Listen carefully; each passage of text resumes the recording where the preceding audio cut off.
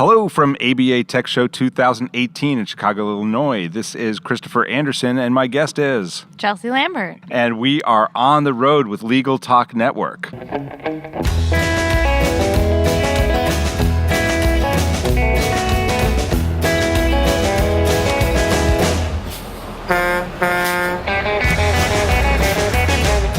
And we're back. Thank you so much for joining us on the road in the Windy City. Chelsey, tell me a little bit about yourself before we get started. Where do you work? What are you doing? So I author the blog LexTechReview.com. We also produce a series of buyer's guides and publications and webinars that educate attorneys on legal technology and marketing. That supplements a lot of the CLE that I teach all over the country. My background is 12 years in the legal space, 7 years at a legal technology startup, building products, bringing them to market, leading teams, and working with bar associations, then actually 2 years as a practice management advisor for the Chicago Bar Association, and then moving back into the vendor space as a VP of Marketing CMO. So kind of been on both sides. Excellent. And you gave more than one presentation today, didn't you? Yes. Excellent. So can you talk to us a little bit about what one of them was about? Yeah. So marketing automation was in the morning, and then the second was lawyers and leads. So do you have a preference as to which one? Well, let's talk about, I think marketing automation is something that really people are interested in and confused by. So let's talk about that one. Like, what did you talk about in marketing automation? So marketing automation, I had the really great pleasure of speaking with Catherine Sanders-Reach, who I worked with at the Chicago Bar. Right. So,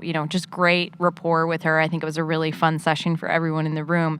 Marketing automation is something where if you look at it in its simplest form, it can be taking the intake form that's filled out on your website Right. and immediately delivering an email afterwards Right. or a text message saying, thank you so much, we've confirmed. But doing that without any human interaction. Without any human interaction, using software or technology, which we've got tons of around us right now, to power that process. So a human doesn't actually have to do it. In a more extreme case, on the other end of the spectrum, it would be an entire workflow or what we call a journey or a campaign where there's multiple steps in that process. So it might send them a thank you message, but then it might also assign a task to a staff member to call the person.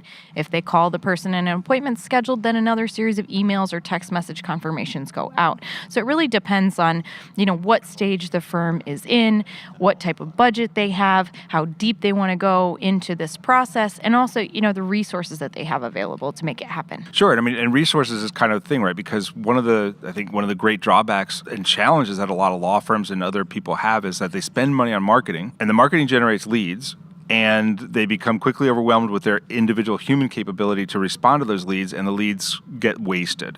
So how can, you said it could be a one-time or it could be a whole sequence, how can that really preserve the leads and get more ROI for their marketing spend? Yeah, so my personal belief in every organization I've ever worked for is that marketing is a service department.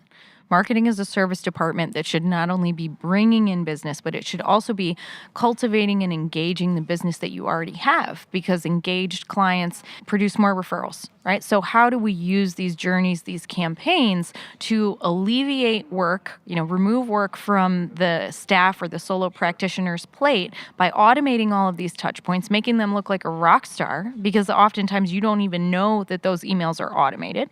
And the same can be done for the clients. So if I were a client of a law firm and all of a sudden every week I was getting, valuable information about my case, do you think I'm really going to go to another law firm? No, I'm engaged. I'm listening. They've got my attention. And the same is true when it comes time for me to deliver a referral. This law firm's been awesome. They've communicated with me the whole time. So it's looking at, not only what we're removing off their plate by automating it. You literally set it up once, and every time you enroll a contact or we add a contact to one of these journeys, whether it be a prospect or an existing client, that system just goes. And it has the capabilities, if you're using software like some of the tools that we've seen here at Tech Show, it'll automatically merge contact information. It will automatically, add the right text specific to case type or practice area. So really it is, kind of set it and just goes. Great. And does this give any capability to also monitor what people are doing in response to the feedback that they're getting? So you send out your marketing message, some people touch base with you, you're sending out some messages. Can you tell how engaged they are? Yeah, absolutely. So if you are using, what we talked about in this session is when firms dive into marketing automation, or marketing in general. It can seem like they're going to climb Mount Everest. Yeah. And really what we talked about is like, if you are at ground zero, it's about getting to base camp 1. Okay. So your first step into marketing automation could be using, MailChimp and Calendly, to send email campaigns and automate scheduling, right? Like that's a very simple combination, and the two work very well together. On the far end, where if you are generating enough leads where you're looking at, or you're actively doing business development using something like a Lexicata or a Lawmatics that launched here at the show, where all of these tools are built in and it's giving you data and analytics, and it's showing you, the reason why those two tools in particular have been so successful and are so powerful is because it's giving you data as to who's getting stuck where. So you can actually tell what we call in marketing top of funnel is who starts at the top of the journey and what percentage of those actually complete at the bottom. How many actually turn into clients? And that's the difference between getting ROI out of your marketing and just spending and hoping and praying that things are going to work out and you're going to make some money. And then fixing it by adding more leads. Right. Which more leads, as you and I have talked about a ton of times, is not the answer. Like we can all, as marketers, we can make it rain, but is it raining acid rain or is it raining like rain you can drink? Right. So it's two totally different things. What would you say some of the key takeaways from your speech, the people that walked out of your speech, what were you hoping they would take away from it? Just judging and looking at the mix of people and firms that we had in the room is if you've got more than 50 leads a month, that you're definitely a candidate for investing in this type of software, because you're going to see the ROI, you're going to see the data, you're going to get the ability to manage your marketing spend in a way that you haven't been able to before. And if you're a solo or a small firm and you haven't touched it, let's just start with one thing. Right? Like, let's just pick one tool. If you walked away with either using like Deliver It for social media automation or Calendly for a way for people to book on your calendar, without you having to go back and forth in email 20 times. Yeah. I mean, Calendly personally saves me at least a dozen hours a month, at least, for $10. Right. And I'm pretty sure that my hourly rate is more than $1 an hour. So, I hope so. It just start small. Take one thing, implement it in your firm, get used to it, and then add another one. And then, it's base camp 1, base camp 2. We don't climb Mount Everest in a day. So move your way up the mountain. Exactly. And then and they're getting value even there. Like just moving to base camp 1 improves their lives tremendously. Oh, absolutely. I mean, any of these tools that do the automation, it's like hiring your first employee. Like, you don't really realize how much you're doing manually until you implement something, until you hire someone. I mean, I know I recently hired an administrative coordinator for my business, and I was like, how in the world was I getting anything done? Yeah. I mean, and all she does is, two very important things. I shouldn't say all she does, but is manage my calendar and help out with billing. And it was just immediately, I kid you not, probably 20 hours a week. And it's getting done on time, every time. So utilizing these tools really opens up your mind as a business owner to say, oh, wow, this is working. Like, instead of focusing your brain power and your effort and your energy on the manual process of setting it up and doing it, because you're not using an automation tool or manually getting the intake forms and having to respond to them, you could have an automated email that goes out with a link to your calendar in it where they can self-schedule, or even just using it in daily practice with other professionals. Right. And of course, having that, I'm sure, gives you the courage to do more marketing. Like, if more marketing means like you're going to have more leads that you can't keep up with and you're going to feel more behind, you're going to be more reluctant to do it. Getting that automation, getting that freedom to do more will enhance your business. Yeah, it's about the small wins. I mean, as a technology trainer and, and when I talk about marketing, it's what can we give everyone in this room that they're going to be able to go home, implement, that builds confidence. Because when you build confidence in the process, you're more inclined to try more technology. And I think that sometimes, a lot of us that are in the vendor world or that, work as a advisor to attorneys, we, move them a little bit too fast. They're drinking from a fire hose when they come here.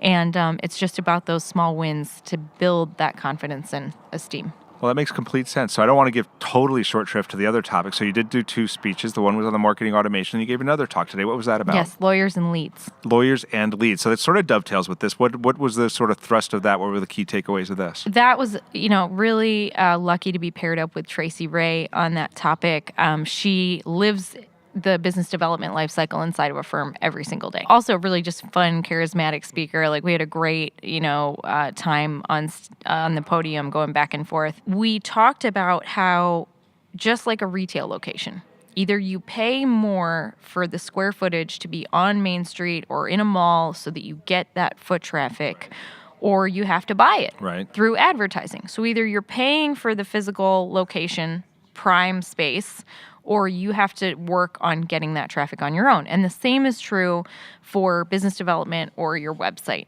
right? So if, your website, you're either driving traffic through digital means, SEO, pay-per-click, Google AdWords, all of those paid social media, or you are doing the effort in hours physically going out, being a rainmaker, or doing all of these, activities to drive business to the firm. You have to buy that traffic in some way. So one way or another, you're paying for it. Right, exactly. And so we went through in the session, it was really cool because we went through different scenarios, of what she uses in her firm. And I love some of her takeaway or her advice was in her firm, everyone has to do 3 rainmaking activities a week. Yes, and she holds them accountable. So her role is, to be the cheerleader, to run the numbers, to run the metrics, to, enforce that accountability. And so I believe it was a breakfast, a lunch, or, some type of meeting. And everyone is responsible and has to report on doing those 3 activities every week. And so that's what fits her particular practice area because they bring in business face to face. The same would be true if you're generating leads online. What are your goals? What are your metrics? Because you can pour tons of money into online advertising. And if you're not using individual phone numbers or vanity URLs to track, individual landing pages and things like that, which gets into the, is it time to start working with an agency? Or if you don't like marketing at all, do you just go buy leads? From a Martindale Nolo or a LegalZoom or, Total Attorneys or, and now Avo, pointed out the fact that all 4 of those brands are now owned by internet brands. So be prepared, from my perspective, having started my legal career at the company who started paper lead generation, get ready for the primetime television ads, during the Super Bowl, driving leads to these, consumers to these websites. And be prepared to pay for it. Right, exactly. So it's either invest in that digital marketing, invest in the people hours and the processes internally to go get that traffic and generate the revenue. And it's just all about flavor of what's going to work for you. Yeah, so it's like basically get the mall space or wear the sandwich board, but you're going to do one or the other. You're going to do one or the other. That makes total sense. So last question for you before we close for today. If our listeners wanted to follow up and find out more about what you talked about, how would they reach you? Oh, wow. They can go to lextechreview.com, LEXTECH review.com. You can go to the contact form and schedule right on my calendar if you'd like to experience what Calendly is like. There is a link for you there. You can submit a form. I'm always happy to answer questions. We host webinars every single week. We publish at least one buyer's guide per month. Tons of publications coming out from the site this year. Really excited to share all of those and appreciate everybody who came to the sessions today. It was wonderful to have a full room in both. That's excellent. Glad you did. And we've reached the end of the road for today's episode. I want to thank our guest, Chelsey Lambert, for joining us. And I also want to thank our listeners for tuning in. If you like what you heard, please find and rate us on Apple Podcasts. We'll see you next time for another episode of On the Road with Legal Talk Network. If you'd like more information about what you've heard today, please visit LegalTalkNetwork.com. Subscribe via iTunes and RSS. Find us on Twitter and Facebook, or download our free Legal Talk Network app in Google Play and iTunes. The views expressed by the participants of this program are their own and do not represent the views of, nor are they endorsed by, Legal Talk Network, its officers, directors, employees, agents, representatives, shareholders, and subsidiaries. None of the content should be considered legal advice.